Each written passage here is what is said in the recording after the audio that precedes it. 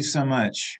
I'm delighted to join you today and give you some ideas to consider when you evaluate the U.S. economy next year in 2022.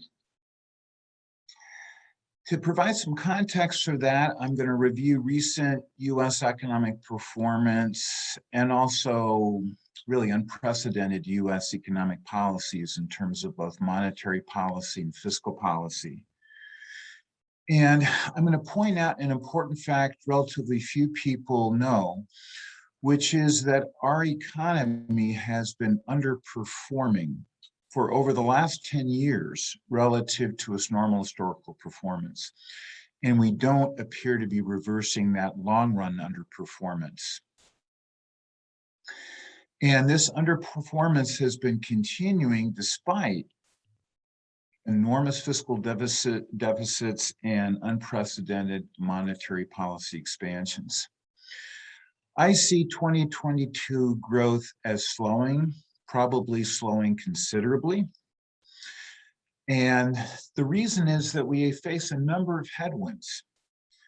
These include labor shortages, very low productivity growth, high inflation that I expect will continue into 2022, and continued pressure from the left for progressive policies, which tend to reduce economic efficiency, reduce investment, reduce entrepreneurship, and reduce economic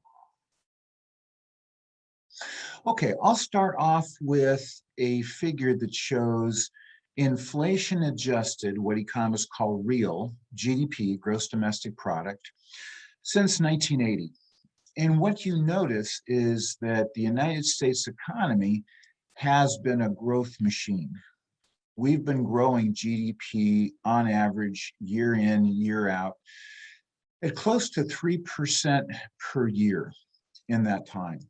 And if I extended this growth back, this graph back in time to the inception of our country, we would see that impressive looking trend line continuing all the way back.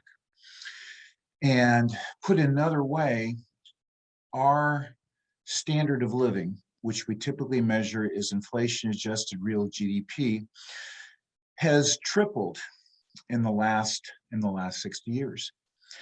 Now, when we look at this picture, it's very, very heartening because it shows that the US is really the only economy in the world that has demonstrated this type of growth. But what I'm going to do next is I'm going to draw a trend line through this graph. And it shows a pattern that is somewhat disturbing. So that red line is simply the trend growth that we've seen in the US economy going back.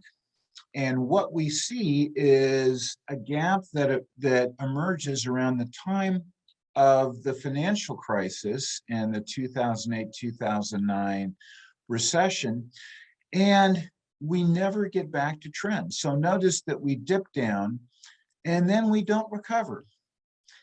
Now, this little drop here is COVID, and we're recovering from COVID, but we're now starting to slow down in that recovery. So we see a substantial gap between where we should be and where we are. A gap that's worth probably about $3 trillion per year going forward, year in, year out. So this is very concerning to a lot of economists. Now, one reason why we haven't returned back to that red trend line, and if you look at the figure before 2005, we're hugging that trend line incredibly closely, which means that sometimes we're above trend, sometimes we're below trend, but we always get back to that. It's like a heat-seeking missile. But our missile is no longer seeking the heat. We're below the red and we're continuing to fall more and more below the red. Now, important reason why is because we're simply not investing in plant and equipment and other productive capacity in the business sector as much as we typically do. So what I've done here is I've shown you a figure for inflation adjusted private domestic investment, again, over about the last 40 years.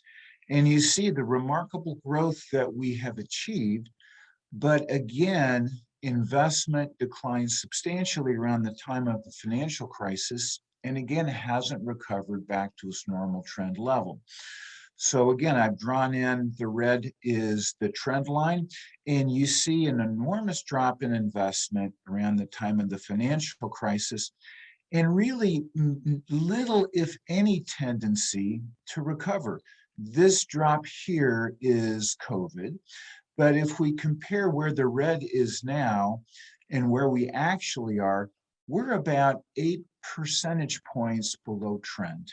Okay, so that's a very substantial gap. And again, problematically, when I look at this graph, I don't see a tendency for investment to returning back to where it should be. And towards the end of my presentation, I'll discuss some ideas for how, as a society, we can get investment in GDP back to where we should be. Now, a very important factor behind growth is productivity growth. And, truth be told, roughly 95% of growth over the last 100 years in the US economy is because our workers have become more productive.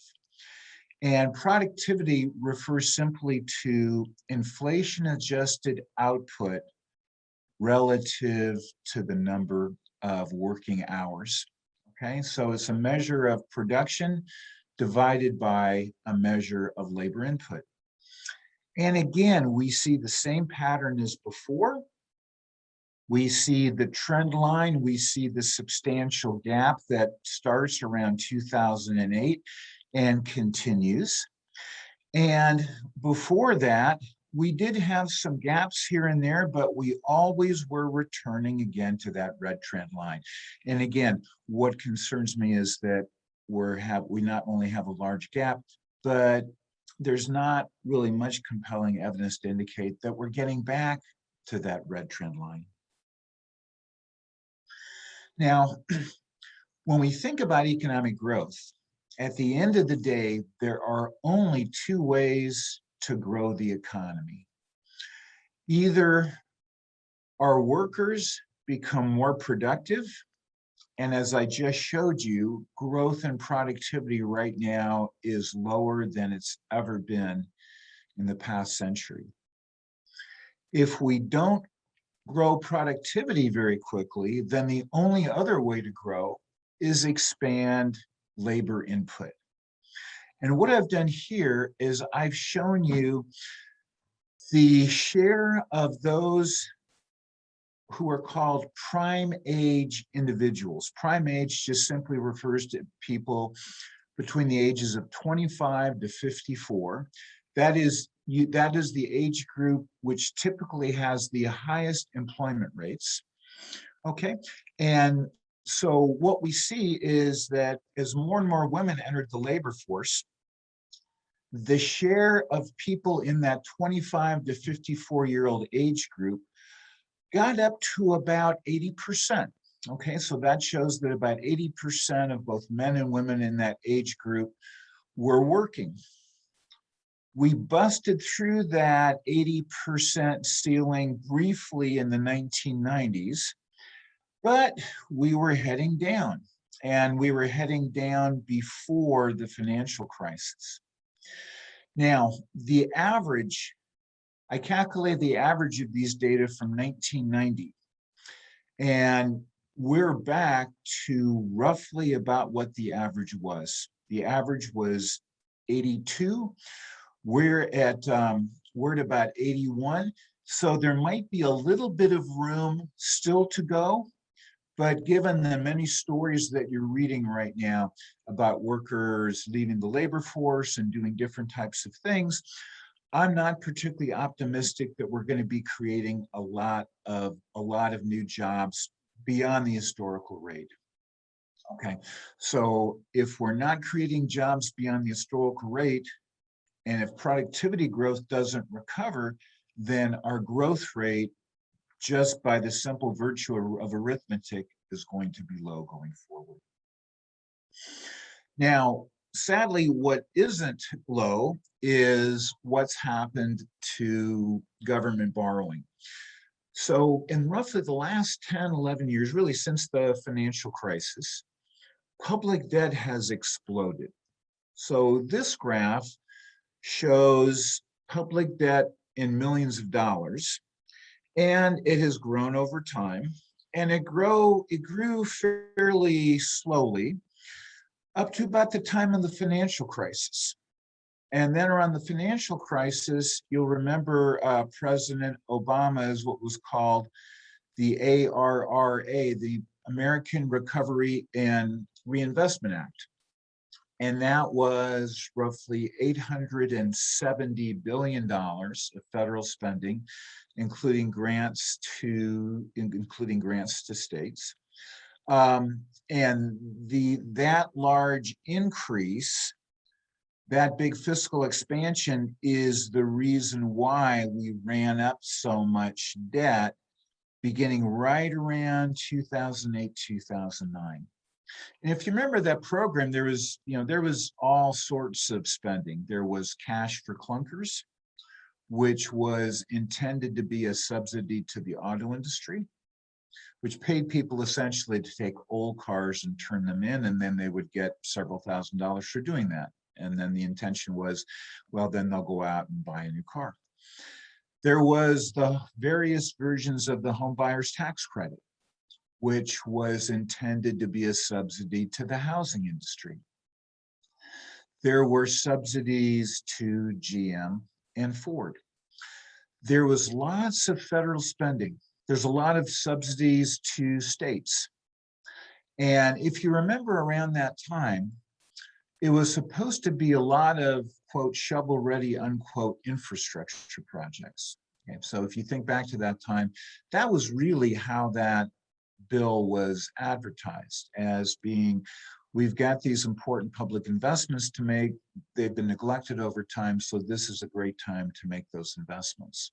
Okay, well, that would have been a great idea, but only 6%, just 6% of the Obama American Recovery and Reinvestment Act went to infrastructure. The other 94% went to other areas. Now, this picture shows our federal debt just in raw dollar terms. And to place this in context, my next figure will show you federal debt divided by GDP. And this is what we call the debt to GDP ratio. Okay, so now, well, let's take a look at this, and it gives a very different picture before the financial crisis, in which our debt to GDP ratio, it was about 40%. So what this means is that our federal debt in the year 1965 was equivalent to 40% of 1 year's GDP. Okay? And as we paid that debt off, and as the economy grew over time, that debt declined down to about the low 30s, low 30% range. In the 1980s, this rose, reflecting increased federal spending, particularly in the area of national defense under President Reagan. And it's certainly true that national defense budgets had been cut substantially in the 1970s after the Vietnam War. So during that period of time, the federal debt rose from about 35% up to about 50%, which still is very, very manageable.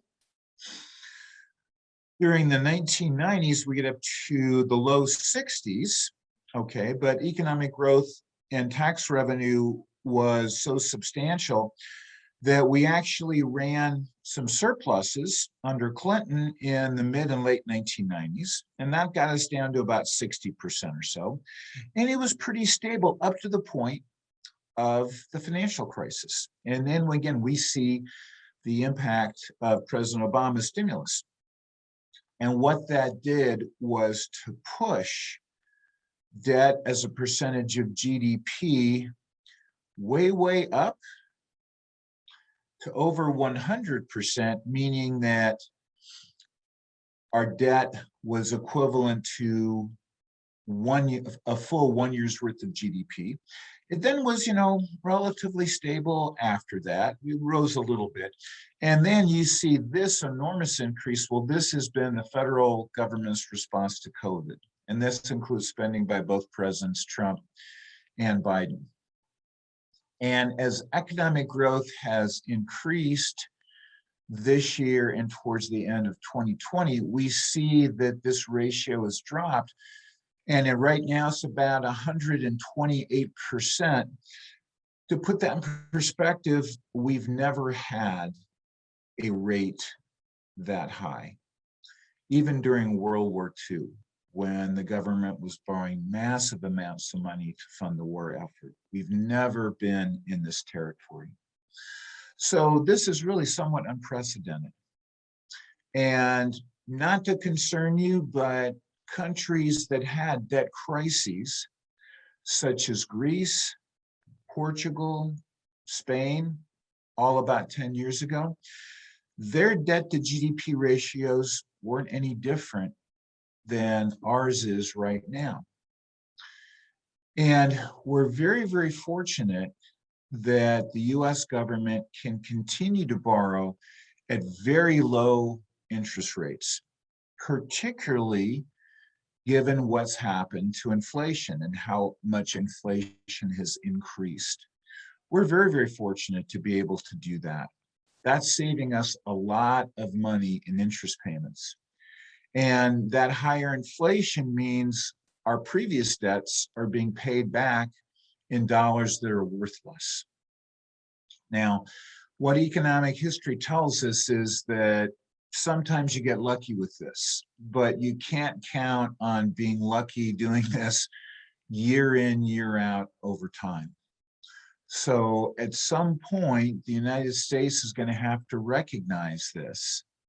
I don't see really much indication at all, given current policies, that on the fiscal side, there's going to be much more responsibility. And I don't see a bunch on the monetary policy side either. So this picture, combined with my outlook for inflation, is worrisome. It suggests that interest rates could rise. They're extremely difficult to predict. No one that I know of has a tried and true algorithm or year after year track record in predicting these changes. Nor is there anyone I know of who has a tried and true algorithm for predicting changes in inflation. And in fact, one of my most highly cited academic papers, which was written while I was a consultant for the Minneapolis Federal Reserve, and I continue to consult within the Federal Reserve System, is that the best forecast for inflation, that is the forecast for inflation that has the smallest forecast errors over a 1 to 2 year horizon, is simply extrapolating our current rate of inflation. And I pointed this out to the Federal Reserve System in 2001. And yet the Federal Reserve continues to make inflation forecasts that are biased, that tend to miss the mark badly. And their current rate of inflation, which year over year in October, CPI was around 5%, maybe a little bit higher. That was far above the Fed's target and far above their forecast. And what you see now in terms of monetary policy is that the Fed is walking back discussions that are no more than 2 months old about, well, these price increases are transitory, and once the prices of used cars settle down, we'll be back to 2%. Well, they're walking that back now. And I don't really see any reason why inflation is going to come down anytime soon. Now, from a standpoint of looking into the future, if we think about the problem of excessive federal borrowing, well, I'm not the only one. This picture is reproduced from the Congressional Budget Office, which is a nonpartisan group of economists and analysts who operate for the benefit of Congress and who write reports for Congress to aid them in their decision making.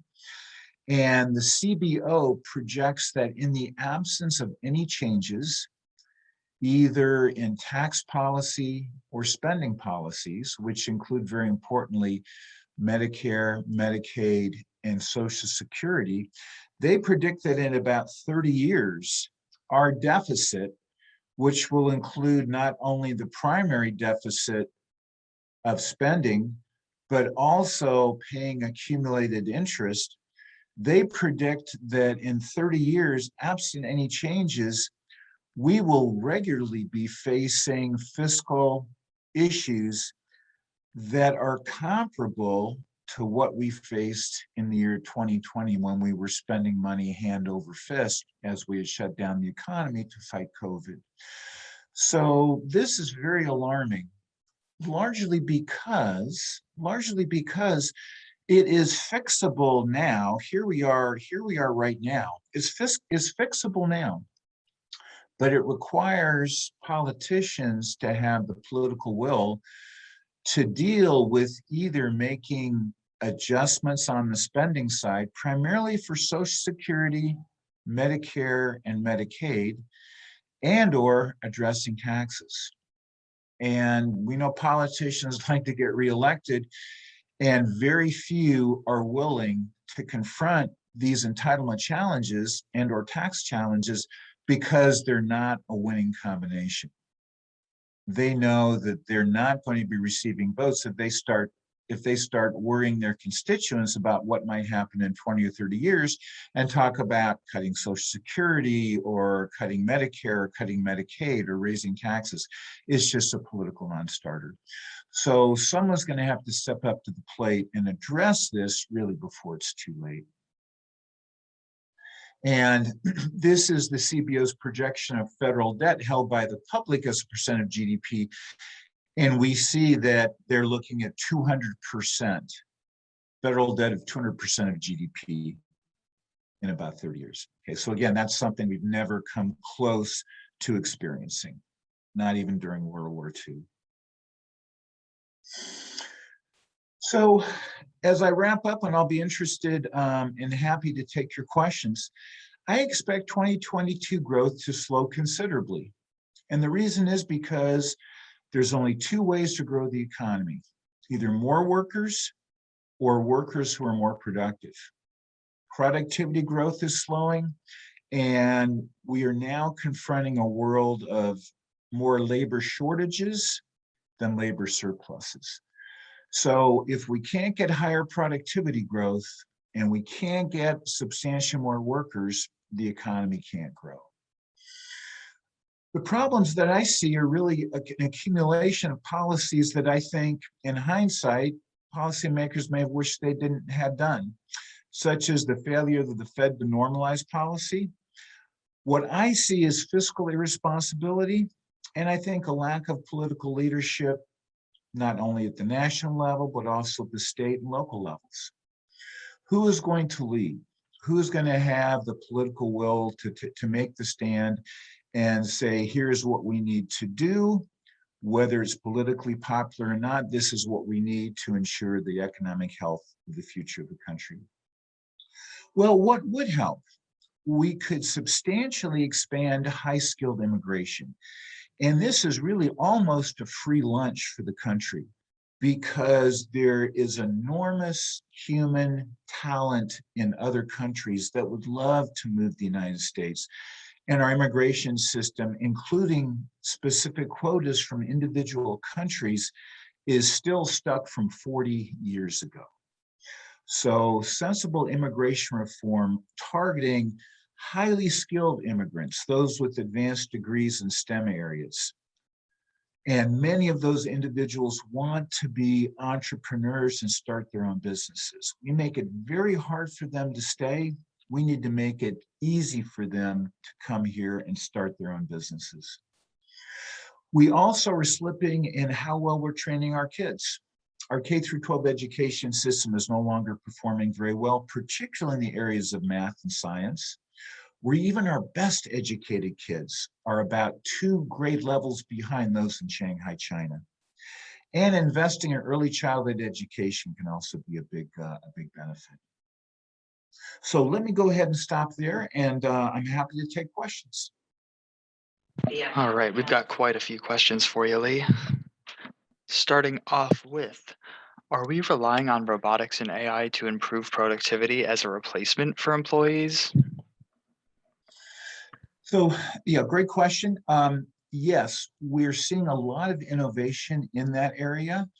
And as we start seeing these labor shortages, AI and robotics becomes a better and better substitute. So, for example, I'm not sure if anybody's listening in from San Francisco, but labor has become so expensive in San Francisco that it's no longer profitable to try to hire people to run coffee kiosks or even places where you can pick up a sandwich. You will find small cafes staffed by maybe one person to make sure everything's running okay, and then a lot of machines that are giving you your sandwiches, or a robotic arm that makes you a latte. So this is an area, innovation, that can be really helpful for us. And this could be really facilitated by bringing in more highly talented STEM people. We still have by far the best university education system in the world. Places like MIT, Caltech, Stanford, Yale, Harvard, University of Chicago. We're training foreign students and getting PhDs in computer science and electrical engineering and software development. If we can keep them here, then some of their new businesses, you cast out 10,000 seeds and 1 or 2 becomes the next Amazon or the next Google. And of course, Google was started by an immigrant, Sergey Brin. That's what we need to be doing. So high skilled immigration could help substantially on that dimension. Definitely would be nice to see that. Next question is, do you think a return in manufacturing to the US would bring positive infrastructure back?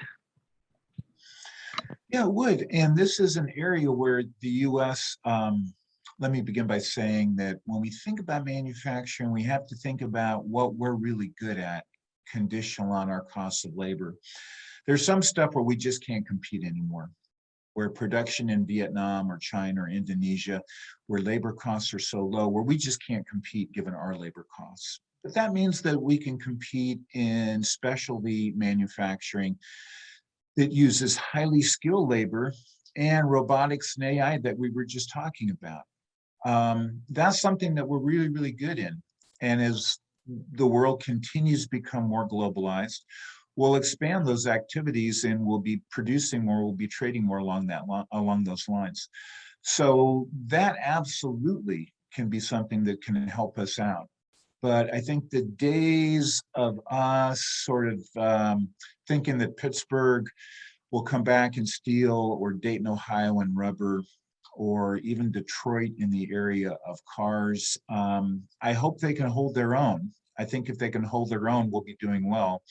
I do worry, however, that other countries have become better at making some of those products than we have. So let's keep our fingers crossed. Highly skilled, highly innovative, high-tech manufacturing is where we can make a difference. Thank you for that in-depth answer. And going on to continue to talk about other countries, have there been any other countries that experienced slower growth and population shifts that you describe? If so, what are your thoughts for the US? Yeah, great question. We're seeing that really everywhere among the advanced economies. So South Korea, which was a huge growth explosion after the Korean War, up until very recently, is now shrinking, and their economic growth is slowing.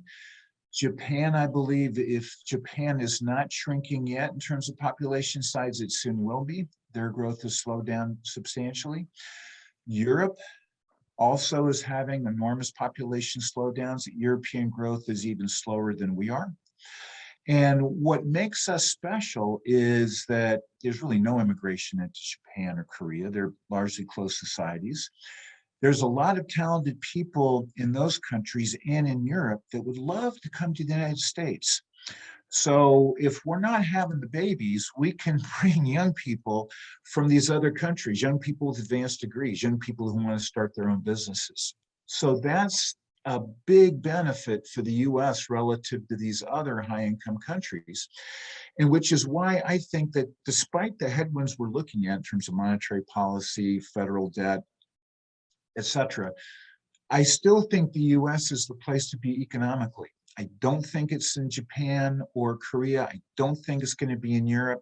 If you're thinking about China, China is slowing down substantially because they simply don't have the freedom government institutions that are necessary for a fully flourishing free market economy. They've made some reforms, but human rights still remains to be a problem there. And in the PhD classes I teach at UCLA, I can't tell you how many Chinese students are coming over here to receive PhD training in economics and business, computer science, and so forth, and they all want to stay. They don't want to go back to China. They want to stay here. So judicious immigration reform can just do wonderful things for us. And that's what makes us potentially very different from those other countries you indicated. So that's a potentially bright shining star for us that doesn't really exist nearly at the same level as for those other countries. Great question, by the way, great question. Thank you. Yeah, that was a really, really good answer as well. I think this might have to be our last question, but it does go on to the same topic we were just sort of talking about. Does the USA have a people shortage, or has the government created an easy living environment? Well, in my opinion, the millions, the tens of millions of $2,000 checks that were sent out, a couple of months ago, I thought that was a policy mistake because that was a disincentive to people going back to work. It's important in a downturn, particularly an economic downturn that's been at some level created by the government. The government shut down a lot of the economy. It's important that we support people and provide them with insurance. So those who were unemployed, who essentially couldn't work because of government mandate, we need to take care of those people. But those households making $100,000 a year, both people in both adults in the household working, et cetera, there just wasn't any good economic reason to send those folks a $2,000 check. So I think we ran up a lot of debt that our kids and our grandchildren and great-grandchildren are going to be responsible for. It didn't really, quote, stimulate the economy in any sense. So yes, I agree with the individual asking that question, is that we disincentivize work. And if we look at the longer run issues, we've got people, sort of my age, who'll be retiring in 10 years. And right now, the number of Social Security recipients per workers is around, I think, 4 to 1, 4 workers for every Social Security recipient. In 10 or 15 years, we're going to be down to about 2 to 1. Okay, and that's a big problem. So another reason that we need to bring in those highly trained, highly skilled people. And another reason why we need to make our K through 12 education system just a lot better, to give our kids who are born here a chance to compete and go to those programs and graduate programs, computer science, artificial intelligence design, software engineering, et cetera. I think there's a lot of common sense solutions that can give us a great looking economic future, and one that's not darkened by enormous debt and inflation. They're there for the taking, and it's up to our elected officials to make those decisions. I do worry about lack of political leadership and the lack of initiative in addressing what I view as common sense choices. But hope springs eternal, and we've always turned it around in this country. And I still feel optimistic that we will. I hope so too. onward to a happy and prosperous life for us all would be pretty nice. So I think we're gonna have to wrap it up here. So once again, I'd like to thank you, Leo Ohanian, for joining us at Money Show. We always love having you come here, and I would like to thank all of our Money Show attendees. Next show is starting in 10 minutes, so stay on site and check us out. Thanks again. Thank you so much.